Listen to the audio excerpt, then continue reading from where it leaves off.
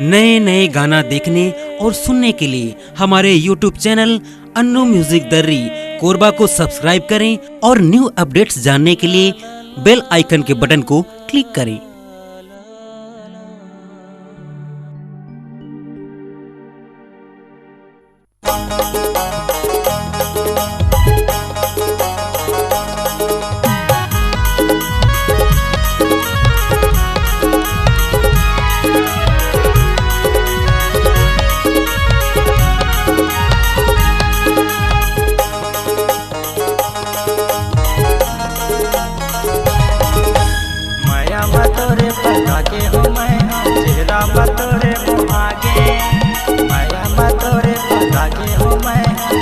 मतोरे मुहागे को जरी का मोनी कबाए रे मोला बना बनाए रे गोरी दीवाना बनाए ना मोला भैया बनाए रे गोरी दीवाना बनाए ना माया मतोरे पतागे हो मैं तेरा मतोरे मुहागे माया मतोरे पतागे हो मैं तेरा मतोरे मुहागे को जनी का मोनी कबाए रे मोला भैया बनाए रे गोरी दीवाना बनाए ना मोला भैया बनाए रे गोरी दीवाना बनाए ना।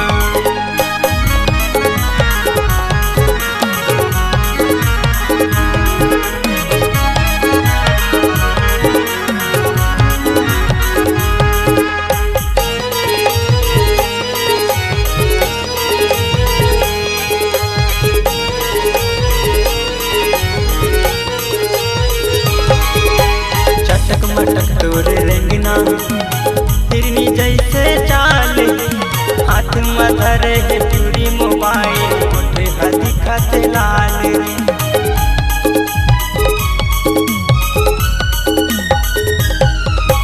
चटक मटक तोरे रेंगना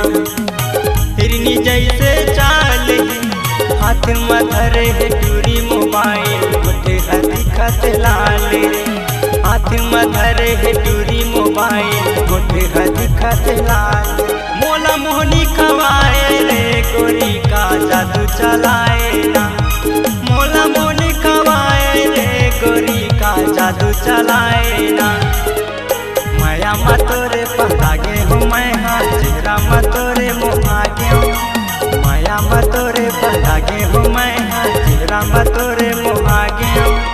को जनी का मोनी खवाए रे मोला भैया बनाए रे गोरी दीवाना बनाए ना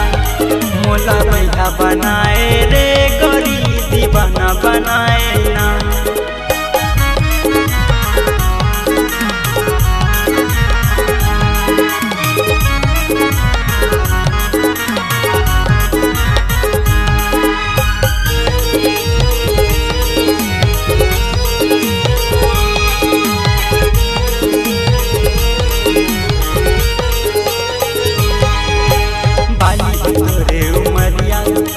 चढ़े हवे 16 साल देख के तोर मुस्काई लगोरी हो के हवे बुरा हाल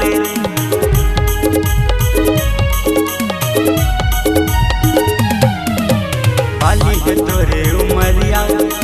चढ़े हवे 16 साल देख के तोर मुस्काई लगोरी हो के हवे बुरा हाल देख के तोर मुस्काई लगोरी हो के हवे बुरा हाल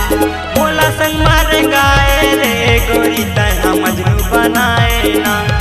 मोला संग मारे गाए रे गोरी तैहा मजनू बनाए ना माया मतोरे पतागे हो मैं चेहरा मतोरे मुहागे माया मतोरे पतागे हो मैं चेहरा मतोरे मुहागे कौन जनी का मोनी खवाए रे